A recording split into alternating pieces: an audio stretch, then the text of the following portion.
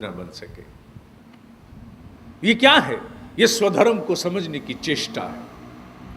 पर धर्म में कितना भी व्यक्ति सफल हो जाए, जाते समय खेद ही भीतर रहता है।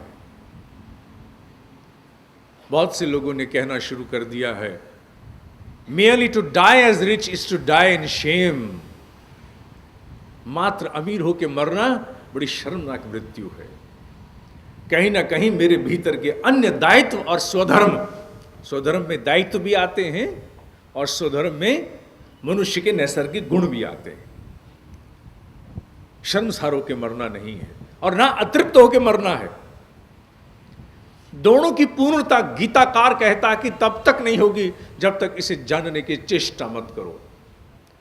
पर धर्म में जीने से कहीं अच्छा है। गीताकार has gone to an extent which is beyond. वो कहता है पर धर्म में जीने से ज्यादा अच्छा है स्वधर्म में असफल होकर मृत्यु को प्राप्त होना। This is something beyond. यहां उसका तात्पर्य यह है कि अगर मनुष्य अपने स्वधर्म का निर्वाह करते हुए असफलता में मृत्यु को प्राप्त होता है, इवोल्यूशन हैपन्स। क्यों? क्योंकि यही एक जन्म नहीं है। We are amidst chain, the chain of the cycle of birth. ये काट करके अपने आप में ये जीवन पैबंद नहीं है। अनेकों श्रृंखलाओं में से होने वाली एक कड़ी है जो सामने प्रतीत होती है। अगर मृत्यु और असफलता अनेकों को हुई है, अनेक लोग अपने जीवन में अपने स्वधर्म, यहां स्वधर्म का तात्पर्य कभी भी विश्वास की धाराओं तक मत ले जाना। हिंदू और मुस्लिम बना करके धर्म रूपी विस्तृत विषय को संकीर्ण न बना देना। Don't cut it size. असफल भी हो करके मृत्यु भी अगर प्राप्त हो जाती है, इवोल्यूशन हैपन्स। क्यों? क्योंकि उस ऋषि बहुत गहरी बात कहता है। इसी के साथ जुड़े हुए श्लोकों में कह गया है कि मनुष्य इसी जीवन काल में अपने आचरण के द्वारा प्रकृति को प्रोग्राम करता है। Through your conduct you program the system of the nature. किस लिए? अपने अगले गर्भ का चयन करने के लिए। मनुष्य इसी जीवन में अपने अगले गर्भ का चयन करता है। पर धर्म में सफल होकर के मरने वाला व्यक्ति इवॉल्व नहीं हुआ। संभव है कि वो ऐसे गर्भ का चयन करे जो उसको आगे भी प्रगति ना दे पाए। स्वधर्म में मृत्यु को प्राप्त हुआ व्यक्ति निश्चित रूप से इवॉल्व। यहां स्वधर्म शब्द को गांठ मार करके पकड़ लेना कि व्हाट इज स्वधर्म। मैंने बालूजा शूज के एक पार्टनर का भी उदाहरण आज से कुछ महीने पहले दिया था। चलती चलाती जूते की कंपनी में से अपना हिस्सा लेकर के बाहर निकल आया। चलती चलाती कंपनी, उसका उल्लेख पुनः आज कर रहा हूं। अपना हिस्सा ले लिया। अच्छा खासा ब्रांड भारत में स्थापित था, एक समय पर बहुत ऊपर था। ठीक है, आज भी अनेकों शहरों में बिकता है। बाहर अपने आप को ले आया व्यक्ति। किस लिए? क्योंकि उसके मन में एक टीस थी, दिस इज नॉट मी। वो चाहता था कि मेरे भीतर का जो तत्व है वो व्यवस्था चाहता है। मैं दिल्ली में ट्रैफिक व्यवस्था और पुलिस की अन्य व्यवस्थाओं में जो कम्युनिकेशन का, दूर संचार का जो स्रोत है आदि आदि, उसमें कार्य करना चाहता हूं। कहते हैं कि जब पुलिस को जिप्सियां पहली बार दी गई थी तो उसने खरीद करके लीज पर दी थी दिल्ली में। ऐसा मैंने सुना। उनके सबसे निकटवर्ती उनके कजन चचेरे भाई से मैंने सुना है। और उसके बाद आज जीवन के इस मोड़ पर वो हैं कि उनसे पूछा जाता है कि तुम कितने सफल हो, तो उनका उत्तर होता है मैं बहुत संतुष्ट हूं। बहुत कुछ खरीद सकता है आदमी दुनिया में, इसमें दो राय नहीं है। जिसकी गांठ में पैसा है वो साहब पदार्थ तो छोड़ो, आदमी खरीदने की भी कुव्वत रखता है। ऐसी घोषणा होती रहती। लेकिन अवतरण सभी पदार्थों का नहीं किया जा सकता, सभी तत्वों का नहीं किया जा सकता। You must have the potential to buy anything and everything, but certainly you cannot invoke anything and everything. Invocation is not the dimension and domain which can be purchased. और आत्मसंतोष अवतरण का विषय है, खरीद का नहीं है. It is not a commodity. Baluja जब ये कहता है कि मैं जो कर रहा हूं संतुष्ट हूं, आत्मसंतोष है. At the end of the day I am happy. I am happy. I could contribute my bit. मेरे करने से कम क्राइम वाले स्थल पर इतनी देर में जिप्सी पहुंच रही है. वो यज्ञ जो मैंने 24 साल पहले शुरू किया था, वो आज 24 साल में इतनी यात्रा तय कर पाया है कि पुलिस की जिप्सी इतने मिनटों में पहुंच जाती है. अब तो पूरे भारत में उसका लगभग क्लोनिंग हो गया है. उसके मॉडल को जगह जगह उन्होंने अपनाया है. अपनी अपनी क्षमताओं में सभी राज्यों ने अपनाया है. लेकिन आरंभ किसी ऐसे व्यक्ति के द्वारा हुआ जो जूतों के उद्योग से निकल करके, क्वालिफिकेशन नहीं भी थी तो जाकर के क्वालिफिकेशन लेके आया लंदन में. कहीं टीस ने उसको व्यथित कर दिया, यू आर नॉट दिस. हो सकता है कि जब वो इस जीवन तो सबका समाप्त होना है, जब जाने लगे, उसके जो बाकी सगे संबंधी थे वो जाते समय भी कहें कि बंदा चंगा सी, पता नहीं क्यों पागल हो गया. बंदा बड़ा चंगा सी.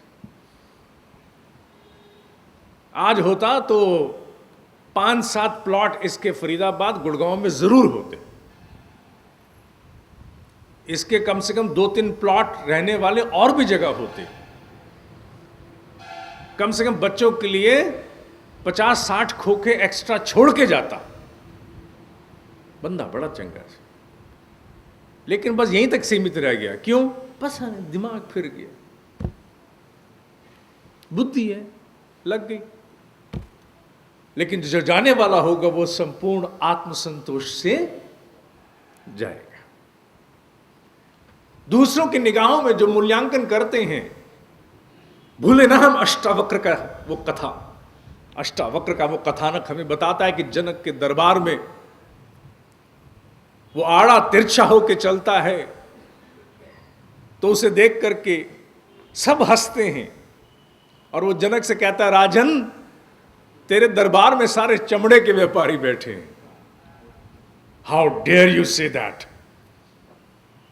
मेरे यहां तो नर रत्न है. नहीं, नर रत्न नहीं है, ये सारे चमड़े के व्यापारी.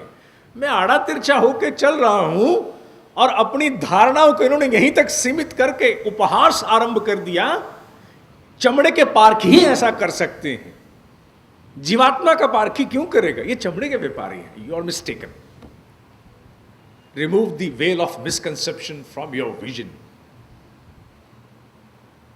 यही बात हो सकता है बलूजा या इस प्रकार के अन्य जो जितने भी रहे होंगे उसके लिए भी लोग कहेंगे, अच्छा बस आराम से बैठता, रात दिन नोट छप रहे थे, मशीन भगवान ने लगा के भेजी थी. यही होता है कि जो अब ठोकर मार दे. मैंने बताया था ना वो शिव जी पार्वती वाला किस्सा. फिर लोग ये कहते हैं कि पार्वती ने कहा दे दो दे दो दे दो, शिव ने कहा नहीं देना, फिर भी पार्वती ने दे दो. उसने सोने का सिक्का फेंक दिया भोलेनाथ ने और उसने अंधा होकर चलना शुरू कर दिया. भोलेनाथ ने कहा देख पार्वती जी की किस्मत में नहीं है, इसके साथ भी ऐसा यही है. And then people start crafting and carving their own logic. But it's not so. गीताकार ने इस भ्रम, इस भ्रांति को दूर करने के लिए एक्सट्रीम एटीट्यूड लिया, जबकि ऐसा है नहीं सबके साथ. एक्सट्रीम एटीट्यूड लिया कि स्वधर्म के निर्वाह में असफलतापूर्वक मृत्यु को भी प्राप्त होना पड़े तो श्रेयस्कर है, क्योंकि जो तुम थे तुम उस रूप में खेल पाए, जी पाए. बच्चे पालना बहुत जरूरी है, कमाई करना जरूरी है, हर घड़ी पैसे की आवश्यकता है. लेकिन ये करते करते अगर अपने आप को घोट करके व्यक्ति आगे बढ़ता है तो कहीं वो अपने साथ न्याय नहीं करता. गीताकार ने यहां बहुत बड़ा उल्लेख किया है जो मनुष्य के लिए आत्मज्ञान का मार्ग प्रशस्त करता है. ऋषियों ने एक बहुत बड़ी स्थापना की है जो स्वधर्म के विषय में क्रांति खड़ी करेगी आने वाले समय में. अभी विश्व और मनुष्य की मानसिकता, ये दोनों अभी इवोल्यूशन के उस फेज पर हैं जहां अभी उन्हें माया की गुरुत्वाकर्षण क्षमता ग्रसी हुई है. कुछ वर्षों में जैसे जैसे ढीली पड़ेगी, अगली कक्षाओं में मनुष्य उत्तीर्ण होगा, तो मनुष्य जाति फिर अपने चर्चा के विषयों को बदलेगी। बहुत कुछ बदलने वाला। कहां था मैं? स्वधर्म और परधर्म के विषय में गीताकार की जो मानसिकता है, क्योंकि हर मानसिकता के भीतर पूरित होकर के व्यक्ति लिखता है, और लिखने वाला यहां कौन है? ब्रह्म ऋषि मुनि वेद व्यास जी। ऐसा ऋषि, ऐसे ही समाज की धाराएं उखड़ेंगे जैसे उखड़ रहे हैं। ऐसा ऋषि, उसके जीवन का कभी अंत नहीं होता, उसके अस्तित्व का कभी अंत नहीं होता। आज भी बहुत से साधक कहते हैं कि जब कभी भी उनको साधना में सफलता मिलती है, ऐसा मैंने सुना है, तो मुनि वेद व्यास के उनको आज भी दर्शन होते हैं। पतला सा व्यक्ति, सांवले रंग का, छोटे से कद का, बहुत पतला, बहुत पतला, बहुत सांवला, छोटे से कद का, लंबी घुटनों तक की दाढ़ी, लंबे लंबे बाल, खड़ा है। ऐसा कौन? ऐसा वो साधक बोलते हैं जो अपने उन चरमोत्कर्ष को छू लेते हैं जहां मनुष्य is able to give defiance to all kinds of gravity of matrix or else। सभी प्रकार के महामाया के आच्छादनों को पार करके जब जीवात्मा ऊपर पहुंचती है तो उसे इस प्रकार के रचनाकारों के दर्शन होते हैं। And he exist. स्वधर्म पर धर्म के विषय में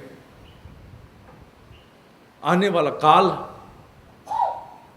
मनुष्य को ऋषियों के एक ऐसे सूत्र से जोड़ेगा जो क्रांति लाने वाला है।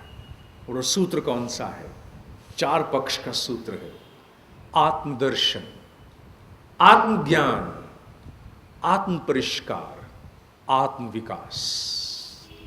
आत्मदर्शन, try and look within. अपने दर्शन करने का प्रयास तो करो। You want to live without, you want to see yourself in the eyes of the others। सारी प्लानिंग वैसे ही होती है ना, उसकी शादी में क्या क्या, हमारी शादी में क्या क्या हम देंगे, क्या क्या, तो लेंगे, छोड़ो, लेंगे नहीं बोलूँगा, बौना नहीं बनाता किसी को। हम क्या क्या देंगे, हम कैसी कैसी पार्टी करेंगे, क्यों?